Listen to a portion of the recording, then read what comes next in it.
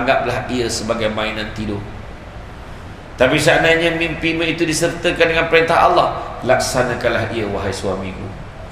Macam kalau orang jengka dapat mimpi tu jam.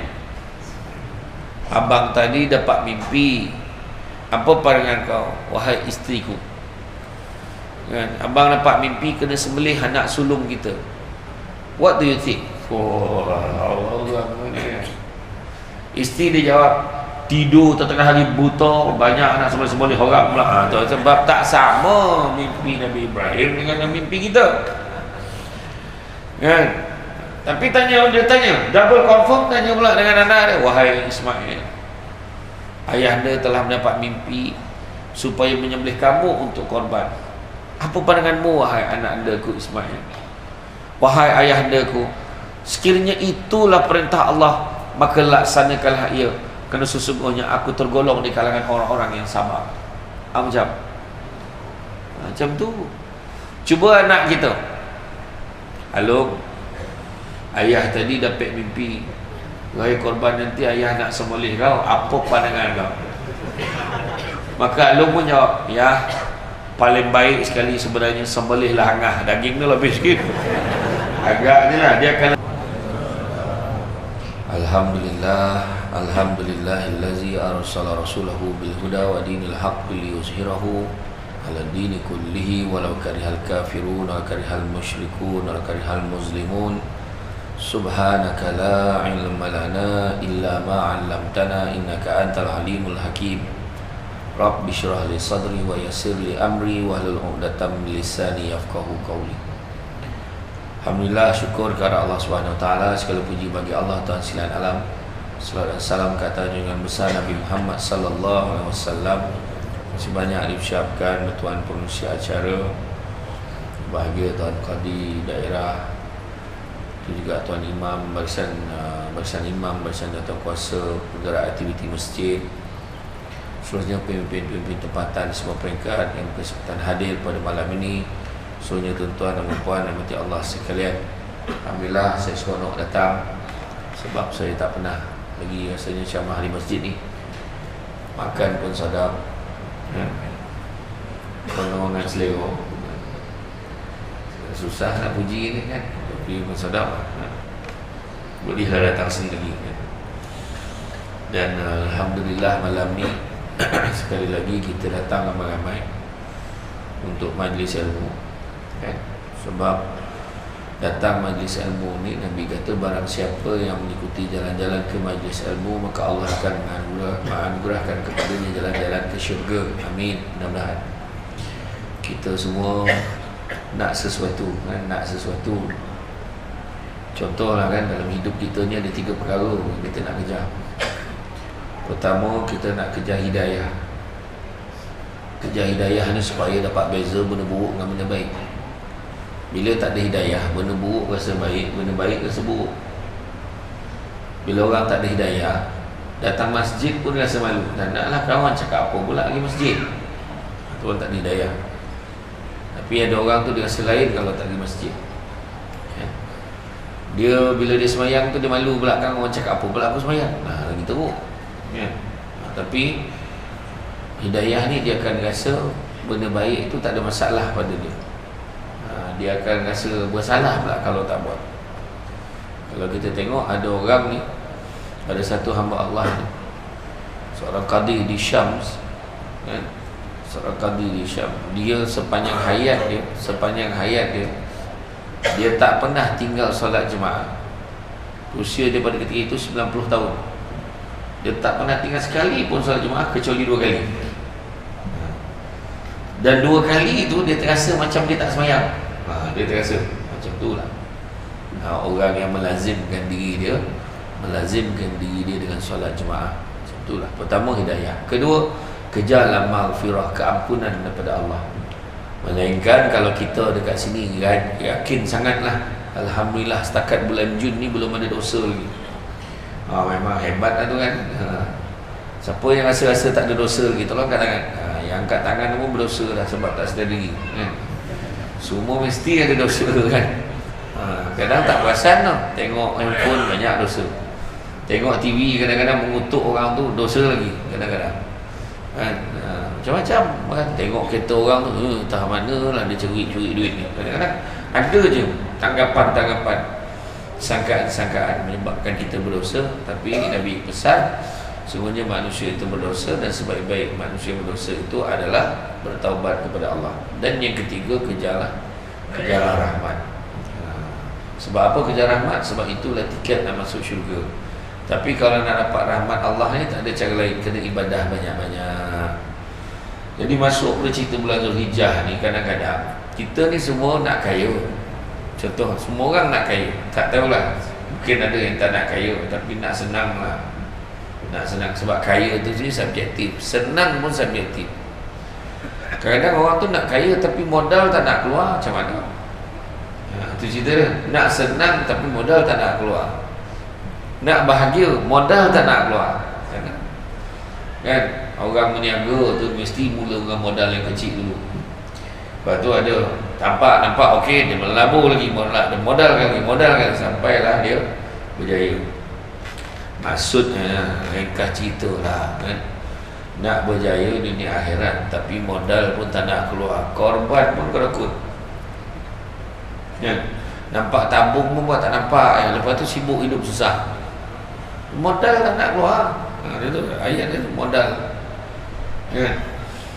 Susah tuan-tuan, nasib-nasib lah. Ada orang yang tiba-tiba jadi senang tak keluar modal. Ada. Hari Senin dia jumpa YB mana, hari Selasa jumpa YB mana, minta kerja tu, dia langsung tak bekerja. Dia dah ada jadual lah jumpa wakil rakyat mana, hari bertemu dengan wakil rakyat. Senin, Selasa, Rabu, Khamis, Jumaat ada jadual lah. Sabtu Ahad dia lepak dengan family dia. Tak payah kerja, minta hidup tu. Dia ni muka dia lagi tebal daripada cengkerang kuku. Kan? Dia tak malu lah. Orang macam ni dia tak malu. Pada orang yang malu dia lain kan. Jadi kita kalau nak sesuatu, modal tu nak kena keluar juga lah kan. Macam tu lah. Dan bila kita cerita tentang keistimewaan dan kelebihan bulan Zulhijjah ini, memang banyak lah, tapi kebanyakannya orang akan kaitkan dengan korban. Dan sabda Rasulullah SAW, tiada amalan yang dilakukan pada hari lain yang lebih baik daripada amalan pada 10 hari ini. Para sahabat bertanya, walaupun jihad? Ya, baginda menjawab, tidak juga jihad, kecuali jika seseorang keluar dengan nyawa dan hartanya dan tidak kembali lagi. Hadis riwayat Al-Bukhari. Mengapa 10 hari pertama Zulhijjah ini lebih baik dari jihad? Menurut Imam Ibn Hajar, secara zahirnya, sebab menjadikan 10 hari pertama Zulhijjah ini lebih utama dari yang lain, kerana 10 hari ini menghimpunkan semua amalan utama di dalam Islam, iaitu solat, puasa, sedekah dan haji. Semua himpunan amalan-amalan ini tidak berlaku dalam hari-hari yang lain. Itu sebab dia jadikan 10 hari yang pertama ni mustahab. Ada orang puasa, dan orang lain yang tak puasa tu tak rasa apa pun bila orang lain puasa. Dia puasa apa tu? Puasa Zulhijjah. Kau tak puasa? Tak rasa apa kan? Tak rasa apa, relax kan? Macam tadilah bila dah habis sembahyang maghrib, bukan semua sembahyang sembahyang qabliyah, sembahyang ba'diyah. Bila dah habis sembahyang maghrib, bukan semua sembahyang ba'diyah. Ada sembahyang ba'diyah, ada yang bersandar ke dinding tu, seolah-olah kau sembahyang lah, aku dah banyak dah. Macam tu lah kau. Macam tu lah kan, kau sembahyang lah, aku dah banyak dah kan. Sebab kita tahu kan, solat qabliyah ba'diyah ni salah satu tu mungkin usaha kita nak cover mana yang kurang waktu sembahyang wajib tadi. Mungkin kadang orang sembahyang wajib nampak khusyuk, tapi dalam kepala fikir macam-macam kan. Allahu Akbar, lauk apa malam ni? Contoh, Allahu Akbar, dah sampai dalam surubat macam-macam fikir kan. Kadang Allahu Akbar, lah lupa tutup air kat bilik air kat rumah tadi. Yang kat rumah tadi dia boleh ingat balik tu kan. Allahu Akbar, dah habis dah drama malam ni kan. Dia ingat macam-macam, cari benda hilang jumpa dalam sembahyang kan. Kadang jadi itulah kadang kita nak cover balik kan. Kemudian hari yang paling baik dalam setahun, tadi 10 hari pertama. Yang kedua, bulan Zulhijjah ni adalah hari yang paling baik dalam setahun. 10 hari pertama Zulhijjah dianggap sebagai hari paling baik dalam setahun. Sabda Rasulullah SAW, sebaik-baik hari dalam dunia ini adalah 10 hari ini. Sehingga atas dasar itu Al-Imam At-Taimiyah menganggap 10 hari pertama ini lebih utama dari 10 hari terakhir di bulan Ramadan. Sehingga kan dia meletakkan macam itu. Katanya 10 hari awal Zulhijjah lebih afdal daripada 10 hari akhir Ramadan, dan malam 10 akhir Ramadan lebih afdal daripada malam 10 awal Zulhijjah. Tu sebabnya kena kejar. Yang ketiga, hari yang dicintai oleh Allah. Sabda Rasulullah SAW, tidak ada hari yang lebih besar di sisi Allah dan tidak ada hari yang lebih disayangi oleh Allah supaya kita beramal di dalamnya melainkan pada 10 hari ini. Maka perbanyakkanlah bertahlil, bertakbir dan bertahmid. Hadis riwayat At-Tabrani. Amalan sunnah yang dianjurkan pada bulan Zulhijjah ni terdapat banyak kelebihan, hingga Rasulullah SAW meletakkan 10 hari terawal ini sebagai hari yang mesti dipertingkatkan amalan. Antara amalan bulan Zulhijjah disarankan untuk kita lakukan yang amal soleh yang sebanyaknya. Contohnya, anjuran tidak memotong, mencabut dan mencukur rambut, bulu maupun kuku ke atas orang yang melakukan ibadah korban. Kita disunatkan untuk tak potong, tak cabut dan tak cukur rambut, bulu maupun kuku bagi orang melakukan ibadah korban bermula pada 1 Zulhijjah hinggalah haiwan korbannya disembelih. Rasulullah SAW bersabda, barang siapa mempunyai haiwan korban untuk disembelih, maka bila terlihatnya anak bulan Zulhijjah, janganlah dia mengambil satu apapun, yakni memotong daripada rambutnya maupun daripada kukunya sehingga dia selesai berkorban. Hadis riwayat Muslim. Begitu juga Rasulullah SAW bersabda, bila masuknya 10 hari Zulhijjah dan seorang itu mempunyai haiwan korban yang dia hendak menyembelihnya, maka janganlah dia memotong rambutnya, jangan dia memotong kukunya. Anjuran tidak memotong rambut, bulu dan kuku ini seperti mana pendapat Imam Syafi'i beserta ashabnya yang lain, dan ini juga adalah pendapat muktamad dalam mazhab Syafi'i. Kemudian berpuasa pada hari Arafah, iaitu pada 9 Zulhijjah, sempurna amalan berwukuf daripada Arafah, salah satu daripada rukun fardu bagi umat Islam menunaikan ibadah haji. Bagi umat Islam yang tidak mengerjakan ibadah haji dianjurkan untuk berpuasa, berzikir dan melakukan amalan sunat. Berpuasa pada hari Arafah kerana mengharap pahala daripada Allah agar adalah sebagai penghapus dosa bagi setahun sebelum dan sesudahnya. Hadis riwayat Muslim. Besar pahala dia. Lagilah susah pula sebab puasa sunat Arafah ni dengan tahap kita puasa, kadang-kadang kat keliling kita ramai yang tak puasa. Bukan senang, nak pula sekarang. Kenapa sekarang? Tiba-tiba suhu sekarang panasnya luar biasa, termasuk dekat Malaysia, Hari tu saya ceramah di Manjung, dia cecah 42 darjah Manjung. Di sini pun saya dengar 37, 38 lah hari tu kan, waktu dia panas betul. Betul. Badan saya pun dah rasa lain dah ni, macam-macam negeri pergi dah, lain macam. Dapat patin tadi lega sikit. Macam tu kan. Kemudian memperbanyakkan berdoa. Bulan Zulhijjah ni banyakkan berdoa, minta pada Allah. Sebaik-baik doa ialah doa dibaca pada hari Arafah, dan sebaik-baik zikir yang aku ucapkan dan juga diucapkan pada Nabi sebelumku ialah tidak ada yang berhak disembah selain Allah yang satu, tidak ada sekutu baginya, miliknya kekuasaan dan miliknya segala pujian, dan dia maha berkuasa atas segala sesuatu. Hadis riwayat At-Tirmizi. Dan begitu juga Nabi SAW bersabda, tidak ada hari di mana Allah membebaskan hamba dari neraka lebih banyak daripada hari Arafah, dan sungguh dia mendekat lalu membanggakan mereka di depan para malaikat dan berkata apa yang mereka inginkan. Hadis riwayat Muslim. Kemudian menghidupkan suasana hari raya dengan takbir. Tu kita tahu dah tu, kan? Tumbang ilmu tu, Allahu Akbar, Allahu Akbar, Allahu Akbar. Tu semua buat lah tu kan. Semua dah tahu dah ni. Memperbanyakkan zikir, memperbanyakkan sedekah, mentadabbur ayat-ayat Al-Quran. Tu benda-benda kita boleh buat. Melakukan ibadah korban bagi yang mampu, makan daging korban dan beri sedekah pada asnaf dan fakir miskin. Dan begitu juga jangan pula berpuasa pada hari-hari tasyrik. Jadi mana kata kalau kita tengoklah ibadah korban ni yang paling utama sekali. Apa maksud korban?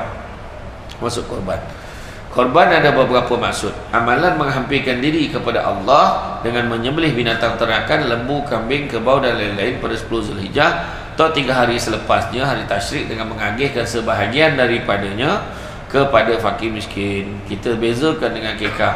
Akikah kita disunatkan masak manis, dan bagi orang makan dah siap masak manis, jangan pedas sangat supaya semua orang boleh makan. Tapi korban pula, daging korban kita disunatkan bagi mentah, supaya kalau dapat pada orang yang susah, dia boleh guna untuk makan sendiri, ataupun dia jual dekat orang dan hasilnya dia untuk kegunaan kehidupan dia. Itu beza dia. Maksud korban yang lain, persembahan seperti haiwan dan manusia kepada dewa dalam pemujaan, itu pun disebut korban juga. Ada juga korban maksudnya pemberian, kesanggupan melakukan sesuatu, menanggung sesuatu sebagai tanda kasih sayang. Macam mak kita kan, mak ni dia sanggup kan, tak apalah mak cagarkanlah tanah ni untuk kau, tak apalah mak korbanlah, walaupun tanah ni nama mak dengan abah kau, dah kau nak berniaga, sayang anak punya pasal, sanggup cagarkan tanah tu untuk anak dia. Dapat kat anak tu langsung dia halau mak tu keluar. Contoh benda ni berlaku. Tapi macam itulah sayang kan dekat anak. Begitu juga pemberian, kesanggupan melakukan sesuatu, menanggung penderitaan akibat sesuatu, itu pun korban juga kan. Biarlah aku tanggung sakit ni, berkorban. Manusia kematian kerana nahas, kematian nahas, kemalangan, tanah runtuh sebagainya kan, kita kira berapa ramai yang terkorban. Macam itulah kan. Terkorban pula, terbunuh, termusnah. Jadi untuk menyelami hakikat pengorbanan, maka kita perlu melihat kata korban. Kalau kita sebut hari raya korban, maka dia akan jadi kata nama. Tapi kalau kita lihat pada perkataan korban itu sendiri, sepatutnya kata kerja. Kata kerja ni makna mesti ada tindakan, baik tindakan yang bermanfaat pada diri sendiri maupun kepada orang lain. Jadi berkorban bukan perkara yang mudah, dia menuntut emosi dan tenaga. Macam mana pula emosi pula? Contoh, berapa satu bahagian lembu sekarang? Dia nak masuk berapa satu bahagian lembu kat sini? 700, murah sini. Dekat malam tadi saya tanya di Seremban berapa? 800. Emosi orang tu, hui mahal tu, dia kata orang tu lah juga. 700 mahal, bukan 500 ke? Itu tahun bila? Tahun bila 500 tu? Dulu pun orang heboh 500 tu mahal. Dulu pergi umrah 5,000, sekarang pergi umrah 10,000 kan. Jadi macam mana? Emosi tak? Emosi, mahal sangat lah, teruk sangat lah, nantilah tunggulah harga turun. Memang takkan turun. Tuan-tuan tengok di Limbang lagi teruk, di Limbang, di Sarawak lagi mahal lembu daripada kebau. Sebab kebau senang jumpa kat sana, lembu susah nak jumpa. Saya pergi kat Limbang, kebau tu, patung kebau tu ada dekat roundabout tu. Punyalah banyak kebau kat Limbang, lembu tak ada, lembu semua import. Jadi itu cakap tadi tu. Saya kata tadi, makna kata menuntut emosi dan tenaga. Kan, bila orang ni aduh mak, nak keluar duit banyak, banyak fikir tu. Emosi dia terganggu. Sebab dia fikir banyaknya duit nak habis kat sini. Tuan-tuan dan puan-puan sekalian, orang yang mati itulah kalau Allah Ta'ala bagi keizinan hidup dia 5 minit, jadilah. Orang yang mati dalam kubur tu, Allah bagi dia pulang hidup 5 minit. Tuan-tuan dia ingat dia merangkak, dia balik rumah ke tak? Dia akan bangun merangkak, dia cari tabung. Sebab dalam kubur baru dia perasan betapa besarnya kesan sedekah kepada orang yang dah mati. Dia tak ada nak sibuk cari saudara mara dia akan cari tempat dia boleh sedekah. Sebab barulah tahu masa tu dah terlambat, tuan-tuan, dah mati pun pasal. Apa salah luas sangat kubur? Tak adalah luas sangat, tapi apa salah luas kubur aku ni? Kau ingat tak, kata malaikat, ada satu malam tu masa Syekh Ahmad Samsul Bat datang tu, kau 10 singgit dekat dalam tabung tu. Masa tu lah paling ikhlas kau sedekah. Singgit punya pasal macam ni kubur aku. Kalau aku tahu, aku bagi semua hartaku. Kalau aku tahu, ayat dia malas. Tu sebabnya tuan-tuan, koman tuan-tuan, kalau lembu dekat sini tak sampai 10-15 ekor koman. Macam ni punya ramai orang lembu kalau setakat 5-6 ekor koman tuan-tuan kan. Jadi kita ni biar first class ni, tapi orang sini dia kemar last minute. Dia last minute. Sampai bila tutup koman? Bila tarikh tutup? Sehari sebelum raya. Tengok punya dahsyat masjid ni. Sehari sebelum raya pun kita terima. Sekali ada 10 orang datang, semua nak seorang sekor. Macam sekor lah kan, macam tu. Saya sumbang unta, saya kok dah unta pula. Contoh kan. Jadi tidaklah kita melihat korban ini hanya sebagai satu ritual sahaja, satu adat kebiasaan sahaja, tetapi kata kerja mesti kepada tindakan. Berkorban ini bukan perkara mudah, namun memahami pengorbanan sebagai kata kerja turut mampu membebaskan korban daripada pengertian sempit sebagai satu ritual agama. Tapi sebaliknya kita nampak ada satu tindakan yang mesti kita laksanakan. Jadi itu sebabnya membawa korban ke arah kemanusiaan, membebaskan daripada kesekian waktu. Korban menjadi milik setiap manusia. Tindakannya tidak lagi semata-mata untuk agama, tapi juga boleh untuk masyarakat. Sebab dengan adanya daging korban ini, kita boleh bantu masyarakat secara keseluruhannya. Masyarakat ada yang memerlukan, kan? Kita nampak macam biasa-biasa, kan? Tapi pada setengah orang, oh besar maknanya dapat daging. Ada orang tu tunggu hari raya korban baru dapat makan daging. Saya pergi ke Kemboja. Dulu saya pergi ke Kemboja sebelum PKP lah. 3 tahun berturut-turut saya pergi ke Kemboja, tuan-tuan. Saya tengok, ya Allah, kesian betul. Kita ni kira hebat lah orang Malaysia ni. Dia lah kadang peti ais pun tak ada. Peti ais pun tak ada. Dapat lembu tu, menangis dia. Dapat lembu kena dapat duit. Dia berapa dia buat? Daging tu disidai je kat pagar, keringkan. Dia tak ada peti ais. Jadi lepas dia masak-masak kan, dia jemur balik semula. Lepas tu dia rebus balik, sampai tinggal tulang pun dia rebus lagi. Berapa minggu dia buat tu. Macam tu lah. Kita pula dekat sini kadang-kadang sampai berebut bahagian. Dah lah berebut. Lomu ke Masjid Sanun pun dia sapu lah.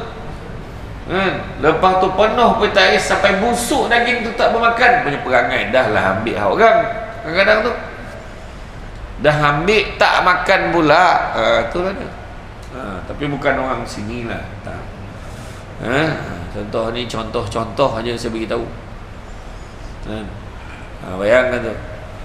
Jadi makna kata beza orang sana dengan orang sini. Tapi orang sana memang miskin di Kemboja tu. Dan dah lah Kemboja tu miskin. Dia ada Melayu Campa tu, dia ada cam 5, ada cam 7. Cam 5 tu macam kita semayang 5 kali sehari. Yang cam 7 tu semayang 7 kali seminggu. Maknanya sehari sekali je. Tu ada tuan-tuan. Cerita betul. Bukan kata apa. Dia ada miskin agama pun ada. Miskin betul-betul. Semayang tak, apa tak. Tu sebab Mufti Kemboja kata, tolonglah berhenti dah bagi sumbangan. Sebab ramai sangat yang bagi sumbangan masjid dan surau. Dah cukup-cukup terlampau banyak dah masjid dan surau di Kemboja. Dia tak nak tu dah. Dia nakkan bantuan kewangan untuk buat benda lain. Macam tu lah.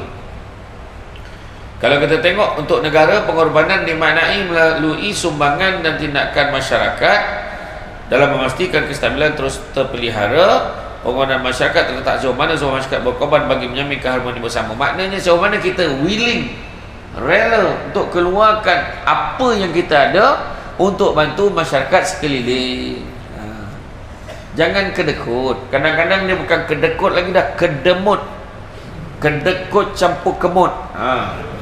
Bapak kau dakut cakap ni 9 tu. Payah betul. Duit bukan tak ada tapi tak nak keluar. Jangan lupa Nabi pernah sebut apa? Barang siapa yang mempunyai kelapangan, mempunyai kemampuan, tetapi tidak menyertai, tidak membuat, tidak buat korban, maka usahlah dia bersolat di tempat sembahyang kami. Bayangkan Nabi sampai sebut macam tu. Sebut cek mampu tak mampu. Ada orang tu sampai tolak duit RM10 kan setiap bulan, kan daripada tahun lepas dia dah buat dah. Sampai tahun ni boleh pun masuk satu bahagian. RM10 tak dapat lah tuan-tuan. Mungkin kata RM50 sebulan, akhirnya dapat masuk bahagian 700. Kecil punya hal, kan? Tukar sport rim tengok galak orang ni, kan? Sport rim 1,000 lebih boleh tukar. Lambu satu bahagian pun tak boleh. Apa hal? Maknanya apa? Maknanya apa? Orang tu berkira dengan Allah, tuan-tuan. Lepas tu kita komplain, apa salah rezeki aku ni? Kenapa rezeki ni tak masuk? Apa salah anak aku macam ni? Kenapa family aku macam ni? Tanyalah sendiri. Berkira dengan Allah. Kan saya kata modal tak nak keluar. Modal tak nak keluar. Macam tu ke tuan-tuan? Ikut masing-masing lah tuan-tuan. Kalau mampu, tak mampu bagi satu bahagian, bagi seekor. Dia macam tu je kan. Tak mampu bagi lembu, bagi kerbau. Tak mampu bagi kerbau, bagi unta seekor. Tak mampu sangat lah ustaz, tak apa, datang masjid bantu lapah, bantu buat kerja, datang, itu je kan? Jadi kita ni fikir orang lain. Hidup ni tak boleh hidup sendiri. Kita hidup fikir orang lain kan, fikir orang lain. Macam orang yang tak makan, kita dapat biasa je tindakan kita melapah tak kan. Ingat biasa, kita tak tahu ada orang tu alhamdulillah nak daging dah sampai. Dia buat daging bakar, dia buat nasi lemak cili api. Macam pula belimbing sikit. Alamak, macam tu lah. Macam tu lah sadap tuan-tuan kan, pada orang-orang yang memerlukan kan. Pada orang dah biasa makan daging hari-hari, mungkin dia tak rasa lah kan. Tapi itulah ni. Maka pengorbanan dari sudut ini mengedepankan, mengutamakan matlamat, baik dalam bentuk peringatan ataupun pengajaran. Tindakan menjaga ibu bapa, memberi peringatan dan pengajaran buat ibu bapa dan segalanya, dan pengorbanan kita lakukan untuk mereka adalah kecil berbanding pengorbanan mereka dalam membesarkan kita sebagai anak. Itu cakap tadi, kita keluar duit, contohlah keluar duit untuk bantu orang ramai, dan keluarkan pengorbanan kita pada duit yang kita ada sikit sangat nak dibandingkan apa yang Allah bagi kat kita. Itu kita ni tuan-tuan, standard persaudaraan dalam Islam ada dua. Satu ithar, satu lagi lapang dada. Satu ithar. Ithar ni mengutamakan kepentingan orang lain melebihi daripada kepentingan diri sendiri. Susah tuan-tuan. Kita ni kalau tolong orang pun tak ada sampai menyusahkan diri sendiri. Contohnya kalau kita nak bantu orang lah, orang minta nak pinjam duit daripada kita kan, kalau kita bagi pun tak adalah sampai kita tak ada duit lah kat rumah. Kita bagi pun setakat yang kita boleh bagi dan tak terasa lah kat kita. Itu masalah kita kan. Macam tu. Tapi dalam bab korban ni kan, kalau kita tengok surah Ali Imran ayat 92, Allah Ta'ala beritahu apa? Belum sempurna kebajikan seorang mukmin selagi mana dia tidak menginfakkan sebahagian daripada harta yang dicintainya. Yang kita suka kita kena bagi. Bagi tu terasa lah macam tu. Contoh lalu tabung, kita pun masuk duit, kita dalam poket ada dua line, satu RM5, satu RM100. Mana yang paling kita sayang? Yang tu kita bagi. Saya bagi yang RM5 lah ustaz, sebab tu yang paling saya sayang. RM100 tu tak berapa sangat lah. Kejap lagi tahulah saya nak belanjakan dia, padan muka dia. Wah, itu nak menipu siapa tu kan. Tapi mana kata bila, ataupun lalu tabung dia pun main keluar je masuk, dia ingat RM5, dia yakin tengok dalam poket tinggal RM5, termasuk RM100 tu, dia pun pandang mana tabung tu. Sembahyang pun terfikir lagi ni, terfikir nak jumpa ke tidak imam ni, imam saya tersilap sedekah, nak jumpa ke tidak. Tak dapat dia jumpa imam malam tu, menung dia fikir nak jumpa tak. Akhirnya 3 bulan masa berlalu, dia masih pergi fikir patut minta ke tidak dengan imam. Dah 3 bulan, akhirnya setahun kan, akhirnya okey je walaupun 100 tu hilang. Faham tak? Kalau tak sebabkan dia tersilap tu, dia takkan bagi 100. Lepas tu baru dia perasan, murah rezeki aku, anak aku pandai-pandai lah. Baru perasan ni isteri aku ni baik lah dengar cakap lah. Macam tu. Bagus. Bukan senang nak dapat isteri yang dengar cakap ni kan? Setuju je dengan semua yang suami nak. Setuju je. Orang sini sedang macam tu. Boleh? Boleh bang. InsyaAllah boleh. Saya terkeciknya hal bang. Mana nak sign bang? Sign. Macam tu. Sebab sign tu sebab suami nak transfer tanah nama kita. Jangan sangka buruk saya tak cakap benda lain. Begitu juga merendah diri. Pengajaran yang kita dapat tengok macam mana peristiwa Nabi Ibrahim dengan Nabi Ismail kan? Merendah diri, bukannya lagi belagak. Kenapa merendah diri? Apa juga Allah Ta'ala suruh yang itulah dia buat. Merendah diri, tak ada lah belagak macam iblis tu. Iblis suruh sujud tak nak ada, pahal pula. Aku buat pada api, dia pada tanah, pecer, dia kata. Sal pula. Dia daripada tanah hina banding aku ni pada api. Pesanlah aku kena sujud dekat dia. Dia tak mengenah diri, sombong. Orang ada duit tapi tak masuk korban, sombong. Sombong tuan-tuan. Pergi sembahyang dekat masjid, habis bagi salam terus balik, sombong tuan-tuan. Orang paling sibuk macam mana pun, istighfar. Sibuk macam mana istighfar. Astagfirullah, paling tidak habis-habis pemalas itu. Astagfirullah, astagfirullah, astagfirullah. Doa yang paling pendek sekali. Allahumma barik lana fima razaqtana wa qina azabannar. Balik. Melainkan sakit perut sangat. Hari-hari sakit perut. Kan? Yalah, apa lah doa makan. Siapa cakap tu doa makan? Allahumma barik lana fima razaqtana wa qina azabannar. Ya Allah, berkatilah kami fima razaqtana, kata rezeki kami, wa qina azabannar, dan jauhkanlah kami pada azab api neraka. Mana makan? Kau berdoa faham ke tidak tu masalah tu. Kan? Nampak hantu bentu doa baca. Nampak lembaga lain macam, Allahumma barik lana fima razaqtana wa qina azabannar. Lari dah. Gila betul ngaku aku nak dimakan, dia kata hantu. Hantu pun tahu tu doa makan. So jangan baca kuat-kuat. Tak maksudnya tadi sombong dengan Allah. Kita tak perasan tu sombong. Sebab kita ada dosa. Istighfar tu minta ampun dengan Allah, paling tidak minta ampun. Waktu Nabi Ibrahim dapat mimpi gambaran kena sembelih anak dia Ismail, dia tanya isteri dia, wahai isteriku, aku nak tanya dengan kau, wahai Siti Hajar, apa pandangan kau? Aku dapat mimpi kena sembelih anak kita Ismail. Apa pandangan kau, wahai isteriku? Bayangkan dia tanya isteri dia. Isteri dia jawab apa? Wahai suamiku, sekiranya mimpimu itu tidak disertakan dengan perintah Allah, anggaplah ia sebagai mainan tidur. Tapi seandainya mimpimu itu disertakan dengan perintah Allah, laksanakanlah ia, wahai suamiku. Macam kalau orang jengka dapat mimpi tu jam. Abang tadi dapat mimpi, apa pandangan kau, wahai isteriku? Kan? Abang dapat mimpi kena sembelih anak sulung kita. What do you think? Allah. Isteri dia jawab, tidur tengah hari buta, banyak nak sembelih orang pula. Sebab tak sama mimpi Nabi Ibrahim dengan mimpi kita. Kan? Tapi dia tanya, double confirm, tanya pula dengan anak dia, wahai Ismail, ayahanda telah mendapat mimpi supaya menyembelih kamu untuk korban. Apa pandanganmu, wahai anak andaku Ismail? Wahai ayahandaku, sekiranya itulah perintah Allah, maka laksanakanlah ia, kerana sesungguhnya aku tergolong di kalangan orang-orang yang sabar. Macam tu. Cuba anak kita, halo, ayah tadi dapat mimpi, wahai korban, nanti ayah nak sembelih kau, apa pandangan kau?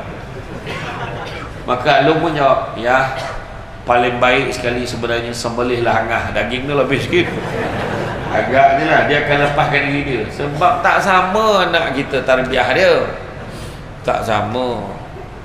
Tapi kalau tonton betul-betul dapat mimpi, jangan buat tau. Ni hanya Nabi Ibrahim tu sebab kita tak puas hati. Ada seorang hamba Allah, orang Malaysia ni boleh sebut mimpi Nabi Ibrahim tu mimpi setan. Orang ni tak baca sirah, dia boleh sound macam tu pula. Kau dengar sampai habis.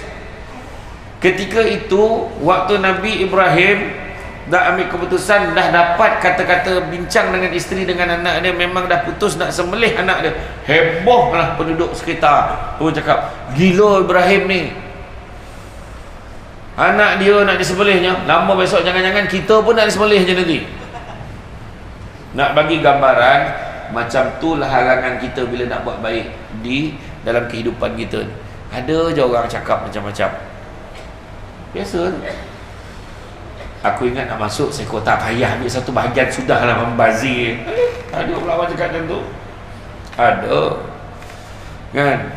Daripada kau buat yang ni, baik kau masuk yang tu, yang dekat Afrika, yang dekat Arab tu, yang korban-korban online tu lah. Yang tu lagi murah, 300 je. Kan? Sebenarnya nak tolong paling afdal sekali tompek kita. Nampak? Yang dekat dengan kita tolong dulu. Kan? Tidak beriman seseorang itu kalau dia membiarkan tetangganya berada dalam keadaan lapar sedangkan dia tu kenyang. Nabi kata. Ya, maknanya jiran tetangga kita ni kita tolong dulu. Macam tu. Ya? Tak dapat masuk bahagian, tak apalah, datang ke masjid, naik motor, tolong hantarkan daging tu kat rumah orang. Buatlah. Itu yang mampu ya. Itu yang kita mampu buat. Buatlah. Menyampaikan khabar gembira pada orang, pahala juga. Ya. Jadi kata pada ketika itu, bila orang nak cakap macam-macam, Nabi Ibrahim tak apa, biarlah orang cakap macam mana pun. Pada ketika itu Nabi Ismail siap bagi tahu, wahai ayahandaku, nanti kalau kau sembelih aku ni, pakaian aku kau berikan pada ibu. Kalau dia rindu nanti dia boleh bau pakaian ni supaya hilang rindunya pada aku. Macam tu sekali lah dia punya preparation. Kemudian siap bagi tahu, kalau kau nak, ada satu riwayat kata Nabi Ismail siap ajar ayah dia, waktu kau nak sembelih aku, bila kau dah tahu dah kat mana kau nak potong leher aku tu nanti, nak sembelih nanti, kau ambil kain tutup mata kau sebab takut kalau kau tengok aku, kau tak sampai hati nak sembelih aku. Macam tu sekali tuan-tuan, dia punya standby dan tabahnya tu. Itu dalam melaksanakan perintah Allah. Kita keluar duit RM50, aduh habis duit kuih. Macam tu. Mana habis? Ada lagi balance dalam bank tu. Ada lagi balance dekat dalam akaun isteri kita. Ada lagi kat rumah kita. Ada lagi dalam peti besi kita. Ada lagi dalam envelope-envelope kita. Mungkin ada. Jangan cakap habis sedangkan benda tu tak habis. Orang Melayu selalu cakap macam tu. Oi, banyaklah duit kau sekarang. Adalah sikit. Malaikat pun catat. Dah elok banyak kata sikit. Banyaklah duit kau sekarang. Mana ada? Dah elok-elok ada kata tak ada. Kita tak sedar tu kita cakap. Banyaklah duit kau sekarang. Alhamdulillah cukup. Macam tu jawab. Alhamdulillah. Tu sebab tadi. Jadi waktu nak buat tu ada pandangan kata, waktu Nabi Ibrahim tak sempat sembelih, Allah datangkan seekor kibas. Dan satu pandangan lagi, dah sembelih ni, tutup mata ni sembelih, sap, terpercik tanah, mengeletak-letak tangan Nabi Ibrahim. Tapi bila dibuka, rupanya lihat yang disembelihnya tu seekor kibas. Sebab tu kena faham sampai habis, Allah sekadar nak uji ketaatan Nabi Ibrahim ni dengan tahap. Nabi Ibrahim diuji bukan senang nak dapat anak. Dah dapat anak pula tak duduk sekali, kena buat kerja agama dakwah ni, keluar tinggalkan anak dan isteri dia. Dan bila dah dapat duduk sekali, kena sembelih pula. Cuba fikir, bukan senang. Tentulah tuan-tuan. Ya. Jadi makna kata pengajarannya tu besar. Nabi sendiri pun nak sembelih binatang korban, Nabi tak belagak-belagak dengan binatang tu. Nabi layan baik binatang tu. Tu merendah diri.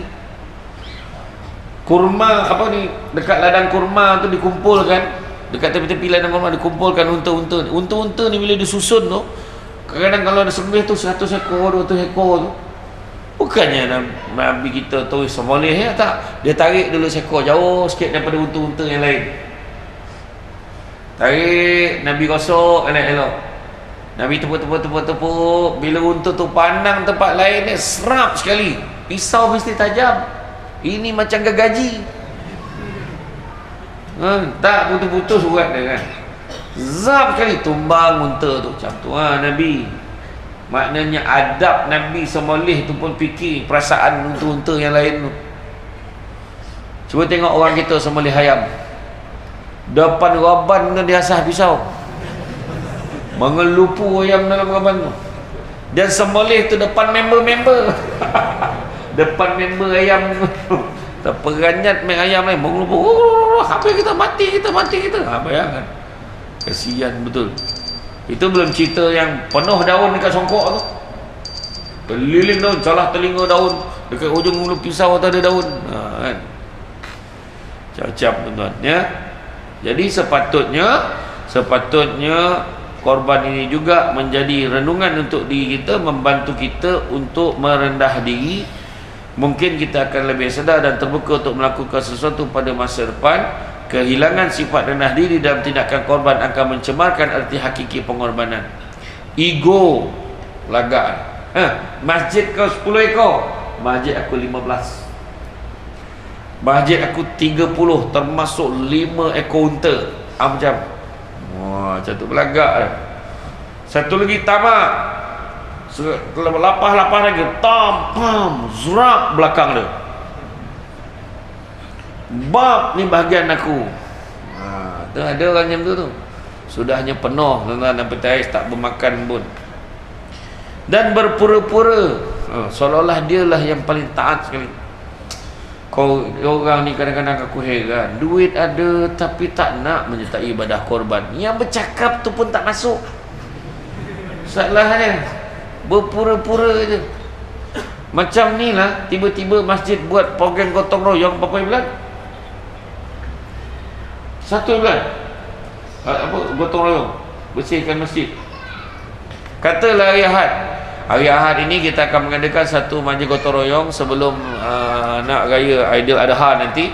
Jemput semua hadir. Jangan risau, muka yang sama datang. Dan yang datang tu bukan semua gotong royong, ada tu royong gotong. Yang royong gotong ni dia tak kemas-kemas sangat, ambil gambar je lebih. Dia ambil gambar, dia tengah pegang penyapu. Alhamdulillah, dapat juga sedikit sebanyak membantu membersihkan rumah Allah ni. Berjalanlah cerita kan. Ada orang macam tu, tapi benda ni tak berlaku di Jengka ni, tempat lain. Kena cerita macam tu. Sikit-sikit gambar, konten aja. Ada orang macam tu. Kalau kita tengok pada dewasa ini, sambutan hari Aidil Adha, masyarakat berlumba-lumba untuk menunjukkan siapa paling banyak menyumbang haiwan sembelihan untuk dikorbankan. Begitu juga kegiatan korban itu dikongsi pula dalam media sosial masing-masing. Pelbagai caption, kononnya memahami. Dia bila dia masuk gambar dia sedekahkan lembu tu, sesungguhnya darah dan daging itu tidak akan sampai kepada Allah. Dia punya ayat. Duit dia pun tak sampai situ, ambil gambar lebih kan. Iya tuan-tuan, inilah yang akan memadamkan penghayatan sebenar pengorbanan dia tuan-tuan. Tuan-tuan jangan risau tuan-tuan. Takkanlah tuan-tuan, kalau tuan-tuan tak percaya saya tak apa, tapi takkan tuan-tuan tak percaya apa Nabi sebut. Apa Nabi beritahu? Tidak akan berkurang kan harta orang yang berinfak di jalan Allah, melainkan bertambah dan bertambah. 3 kali Nabi ulang. Bertambah, tak ada berkurang dah. Tanyalah orang yang tentu ada di masjid ni, tentu ada orang tiap-tiap tahun dia masuk bahagian. Tiap-tiap tahun dia masuk bahagian.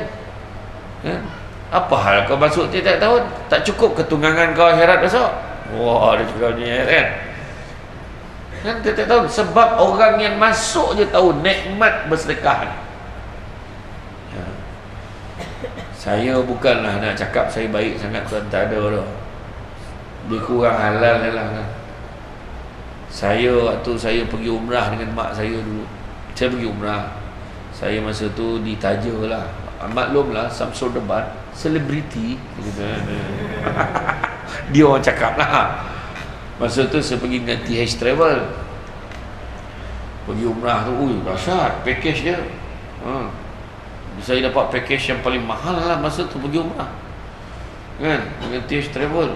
Saya ada dapat 1 tiket free, bawa adik saya. Macam mana tak mewah tuan-tuan, seorang 2 katil. Bukannya 1 katil 2 orang, seorang 2 katil. Lebar tu, pusing-pusing tak jatuh lagi. Macam tu lah. Adik saya 2 katil, saya 2 katil. Lepas tu bawa mak saya sekali pergi, belanja bayar, tim tambang mak pergi.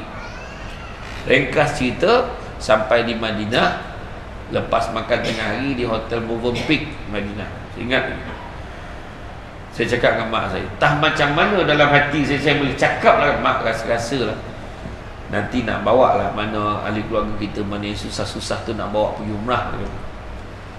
Saya nak belanja dia orang pergi umrah. Mak saya cakap, kau jangan main-main tu, ni Madinah ni, kau cakap kau kena buat, nak buat lah ni, saya kata. Masa saya cakap tu tahun 2017.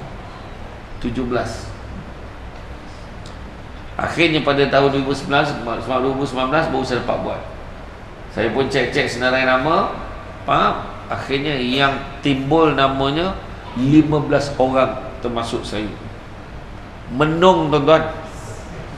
15 orang bagi saudara mara, takkan bagi package yang paling cikai kan? Kau dah lah bagi package yang paling baik, 9,800 lebih tuan-tuan masa tu. Jangan ditotalkan, dan diam. Bayangkan 15 orang menong tuan-tuan. Menong, dua yang menong, pertama saya, kedua buku akaun. Masa tu terdengar kat telinga ni, padan ke kau dalam ceramah kau kata sedekah tak pernah miskinkan orang. Ni apa cer? Terdengar kat telinga, tapi saya kata lantaklah, saya kata lantaklah. Tapi memang terasa tuan-tuan masa tu. Terasa kan, dia mengaku tu orang bukan baik sangat macam ni, terasa.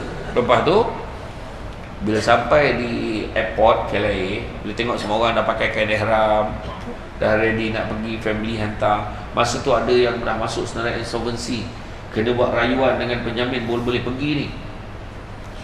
So bila sampai kat Mekah tu, tengok masing-masing tu dah bersedia. Separuh daripada perasaan duit habis tadi tak ada dah. Separuh, mana separuh lagi ada. Hilang separuh ke pun. Separuh lagi tu ada lagi. Tapi bila sampai di Mekah, bila jejak je kaki ke Jeddah, sampailah ke Masjidil Haram, saya nampak air mata mengalir lah di kalangan ahli keluarga saya ni. Masa tu hilang perasaan duit habis ni. Ada tak kisah dah, sebab saya gembira dapat bawa. Sebab ada tu tak pernah naik kapal terbang, naik kali pertama terus pergi Mekah. Bayangkan, masa tu hilang dah perasaan. Tapi selang 2-3 hari tu adalah suara, nak pergi Taif tak? Kau nak bayar lagi 160 rial seorang. So berdarah balik saya. Masa tu terfikir juga lah. Tapi saya fikir sebab dia kata tak apalah, lain kali lah, mungkin lain kali lah, ada rezeki lain masa lah. Mana boleh lain kali saya bayarkan. Sebab saya tahu, sebab ada kalangan tu tak ada duit nak pergi, saya bayarkan untuk semua bawa pergi. Tapi demi Allah saya cakap pada tuan-tuan dan puan-puan sekalian, balik aja ke Malaysia, tak sampai 3 bulan Allah ganti balik duit saya. Masa tu tak adalah saya cakap bujur balik modal, tak adalah. Masa tu saya cakap apa tau? Saya kata, ya Allah, siapa lagi yang aku nak tolong lepas ni? Tolong jangan angkat tangan. Macam tu lah tuan-tuan. Alhamdulillah masa tu 3 bulan Allah ganti balik. Saya pun tak sedar betul. Itu cerita 2019 bawa 15 orang. Bulan 2 baru ni dengan Harmony Travel, saya bawa ahli keluarga saya semua, total 45 orang. Tuan-tuan, saya cakap ni bukan kata nak cakap kita berlumba-lumba banyak duit. Tak tuan-tuan, buatlah saya cakap. Nabi kata apa? Kita banyak masalah dalam hidup. Kejap macam ni, kejap macam ni, tayar motor bocor. Dah bocor, dah repair, baru 2-3 bulan pakai, botak pula, sproket tertanggal. Halah, rotek serentak pula mati ni. Sudahnya pakai lesen agung saja. Kan dipanggilkan lesen agung, kalau tak ada rotek tak ada lesen kan. Sudahnya pun nak jadi ni. Lepas tu anak pula demam. Lepas tu tibalah anak minta duit yuran. Kenapalah hidup aku jadi macam ni? Jangan lupa, cek balik. Bila last kita sedekah, cek balik. Nabi bagi tahu, sungguhnya bala dan musibah tidak pernah mendahului sedekah. Sedekahlah banyak-banyak. Tu sebab orang tua dulu kalau nak bermusafir, contoh daripada Jengka dia keluar, nak pergi Seremban Nabi Masjid Samsul, katanya dia kenduri. Keluar, dia berhenti kat masjid ni, bagi duit RM1 kanan, kau pergi masuk duit dalam tabung masjid. Sebab masuk itulah insurans perjalanan. Ya, orang dulu macam tu. Singgah dulu kat masjid, surau, bagi sumbangan dulu. Jadi untuk makluman semua, hari ini juga ambil keputusan, bagi tahu JK Masjid masuk bahagian. Saya tak tahu lah berapa ekor, saya dengar dah 30 ekor lah. Kita target tahun ni 100 ekor. Kalau tak cukup lembu, kita carilah mana-mana lembu yang ada. Lembu New Zealand mau buat datang. Ya, tuan-tuan tak macam mana tuan-tuan. kan dah diberitahu kan. Kalau siapa yang nak dimurahkan rezeki, jangan tinggalkan dua amalan ni. Nabi kata, yang pertama jangan tinggal solat sunat 2 rakaat sebelum subuh, dan begitu juga yang kedua amalkan sedekah subuh. Jaga dua-dua ni, insya-Allah murah rezeki. Tuan-tuan, semua cerita pasal sedekah. Maka korban ini, tindakan berkorban ini tindakan yang sangat mulia dan suci, membawa pengertian sejagat. Contoh bagaimana sepatutnya kita ni menjalani sebagai manusia dan menjalani kehidupan, kita saling tolong menolong antara satu dengan yang lain. Tidak ada siapa yang boleh hidup sendiri. Hari ini mungkin kita senang, sampai satu masa kita mungkin susah, ada orang lain pula tolong kita. Itu aja tuan-tuan. Yakinlah tuan-tuan, hidup kita tak ada siapa. Ada orang boleh hidup sendiri dalam dunia ni? Tak ada tuan-tuan. Pakar bedah pun tak boleh bedah diri dia sendiri. Pakar bedah pun perlu orang lain bedah dia. Tukang gunting pun tak boleh gunting rambut sendiri.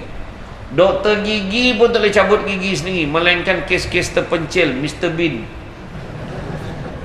Tu bohong ni tuan-tuan, Mr. Bean tu, jangan percaya kan. Jangankan kita hidup, kita tak boleh hidup sendiri.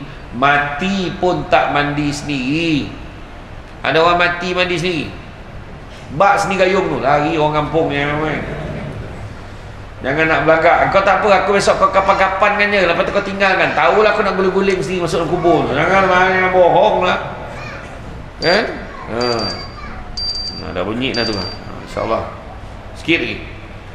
Jadi walaupun kita ni tak berapa mengerti makna sebenar pengorbanan, menjadi tanggungjawab kita untuk membuka hati dan minda menerima dan memahami pengertian sebenar sebuah pengorbanan. Siapa saja mampu melakukan pengorbanan, tapi tidak semua insan mampu mendalami arti sebuah pengorbanan.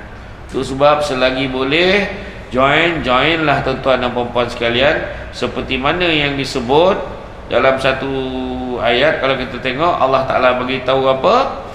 Daging dan darah binatang korban itu tidak sekali-kali akan sampai kepada Allah, tetapi yang sampai kepadanya ialah amal yang ikhlas berdasarkan takwa dari kamu. Hidup kita tuan-tuan dalam dunia ni memang 5 perkara ni kena ada. Pertama, sabar. Sabar tuan-tuan, sabar banyak-banyak. Tuan-tuan tengoklah orang sabar je. Nak mengonjolkan lembu tu kena sabar. Bukannya boleh main sembelih ya? Seorang kena pegang, seorang ikat kaki, seorang tarik sini. Sabar. Sabar. Nak pula orang tua-tua dulu cakap kalau lembu tu liat kan, payah nak tumbang kan, tengok balik nama siapa kat badan lembu tu. Macam tu lah dogi orang tu. Orang tua-tua dulu cakap kan, dalam kitab tak cakap. Jadi ada cara dia. Kena sabar, tak boleh nak cepat aja. Lambat betul lah, leceh betul lah lembu ni. Dekat mantin sama lembu tu dia boleh lompat pagar tinggi tu. Bayangkan perangai orang kat badan lembu tu. Puih mengajar tu sampai ke sudah kan? Tapi itu dia, sabar. Yang kedua, syukur. Korban ni ajar kita syukur.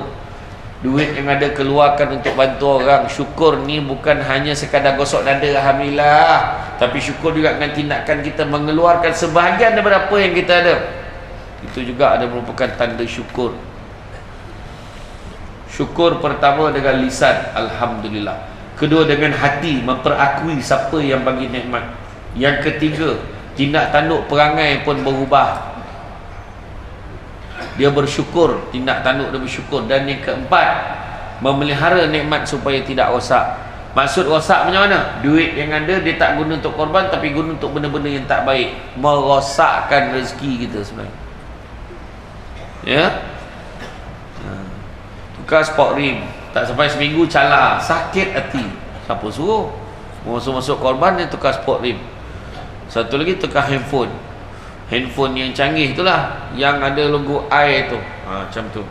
Saya tak nak sebut jenama dia sebab dia tak taja ceramah kita malam. Macam itulah. Kan?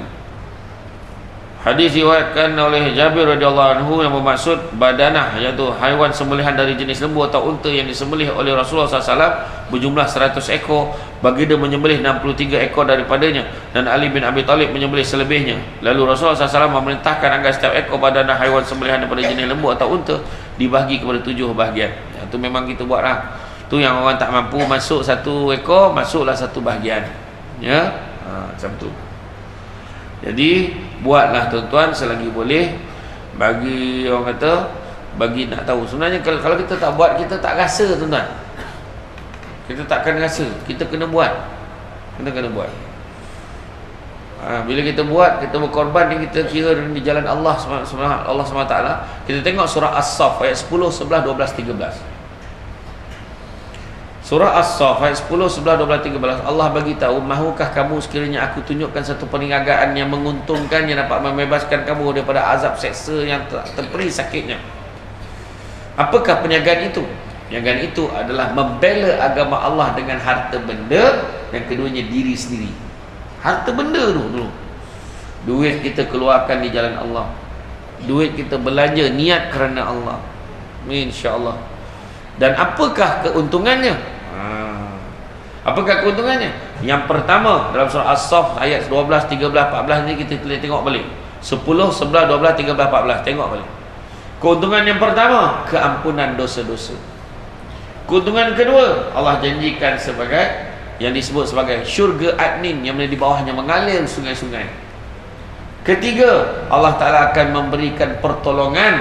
Dan yang keempat, dengan yang keempat, Allah akan memberikan kemenangan yang mana cepat masa berlakunya. Allah Ta'ala bagi cepat masa berlaku. Kita nak berjaya, nak cepat, kita tak nak lambat. Salah satu cara ni, itulah dia, menyumbang ke arah jalan Allah dengan harta benda. Ya tuan-tuan, masuk tuan-tuan. Saya masuk tahun ni, masuk semua kampung saya masuk. Kampung-kampung mak saya masuk. Kampung Sungai Buloh Jolombu satu masuk.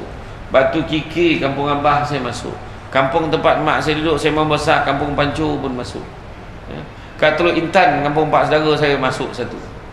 Mana lagi? Tanjung Karang, Madrasah Jamiul Hasanat masuk. Masuk. Mana yang boleh masuk? Orang minta tolong masuk, masuklah. Masuklah sini masuk kalau mampu masuk ke. Dia tuan-tuan.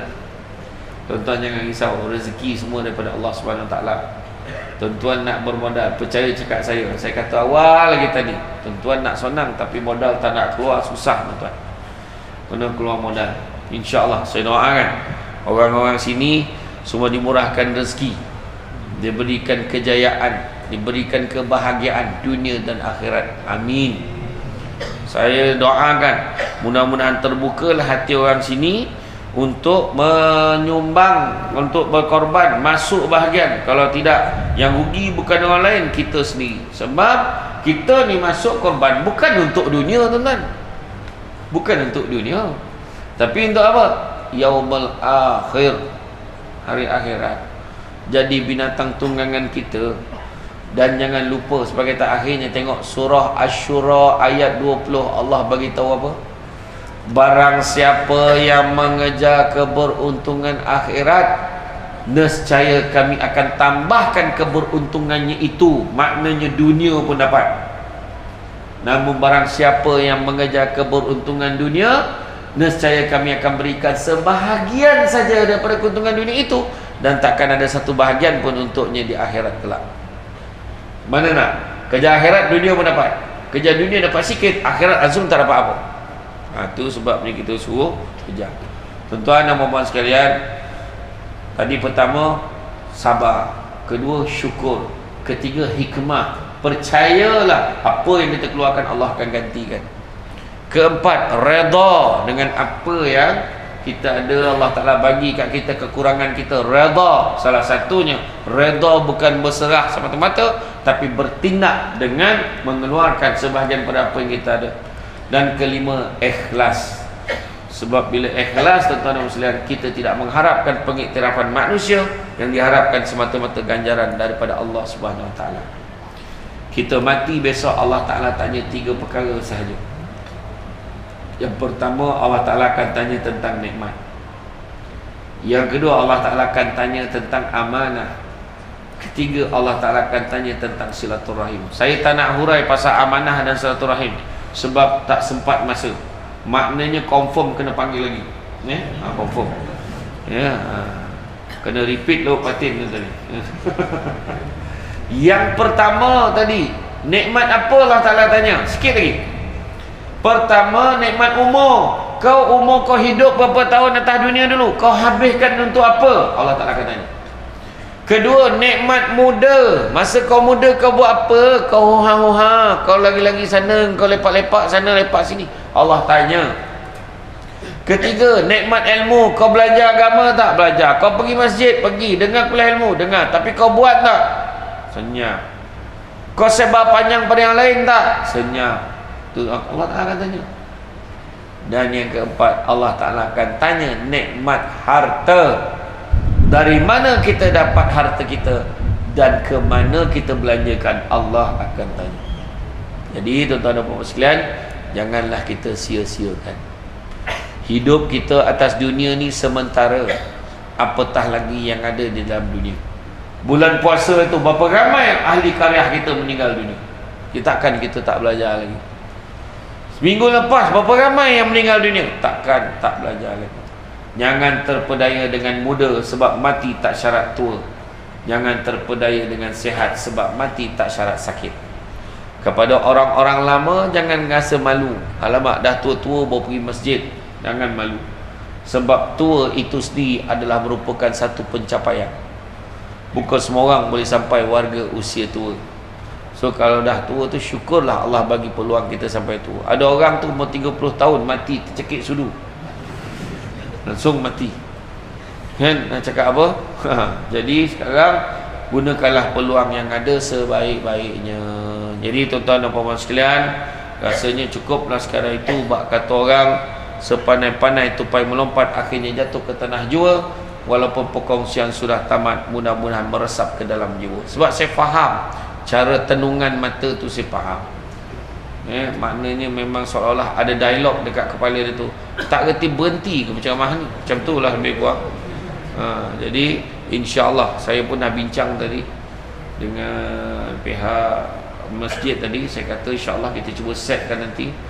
Buatlah 2 hari dekat Jengka ni ke 2-3 hari, supaya saya taklah apa, biar saya ceramah sekitar Jengka. Saya jarang sangat ceramah kat Jengka ni. Dululah datang sekali Jengka, ada program apa dah gitu. Kemudian dah lepas tu senyap 2-3 tahun, Covid pula. Lepas Covid ni insya-Allah nanti kita buat. Kalau nak buat 2 Samsul pun boleh. Saya bawa lah Samsul satu lagi, Samsul Gau-Gau namanya. Dengan salah Samsul ya. Insya-Allah ya. Jadi cantik dipandang rumah penghulu kayu tu okey dari papan. Alang-alang menuntut ilmu sebutir pasir, kembangkanlah menjadi intan. Budak-budak membuat galah nak menjolok buah berangan. Kalau disilap dan salah dikata tidak, dicaci jangan. Tenang-tenang air di laut sampai kelok balik ke tanjung. Hati terkenang mulut menyebut. Jasa baik pihak masjid menyemput rasa nak junjung.